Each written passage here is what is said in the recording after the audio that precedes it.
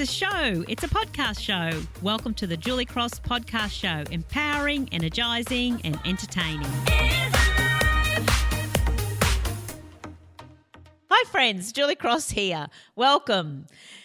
I've had a little reflection recently when I was introduced, and it was over in Africa on my safari, and it was my tour leader. And we had been on tour together for a couple of days at this stage, and then he was introducing me to a local at a campsite that we were staying at. And as I walked up, he said to the lady he was with as he looked at me, "And now I would like to introduce you to the happiest person in the world." And I had a warm rush and a goosebump rush, and I thought to myself, and on reflection later on, what a wonderful way to be introduced. And after knowing someone for such a short time, that is certainly a great compliment and how I would want the world to see me. Because you see, the thing about that is, of course, as many of you know, that I'm not the happiest girl in the world because I just have happy things happen to me. I show happiness and be happy because it's a choice that I make.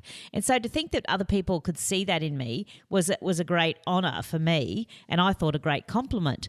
And so then I reflected on, how would you like to be introduced? How would people introduce you? What would be your introduction?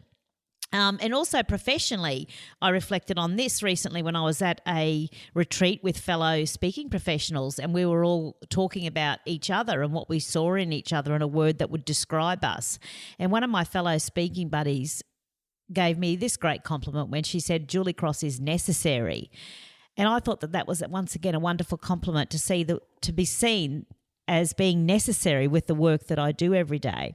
So I challenge you as a listener now, how would you be introduced? What is it that you're projecting into the world that people are feeling and seeing from you in the short time they're around you, both personally and professionally?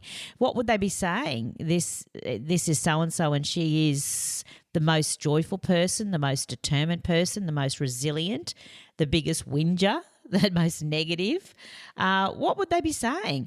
And when you think about that, that becomes a lens through which you then start acting and start living your days.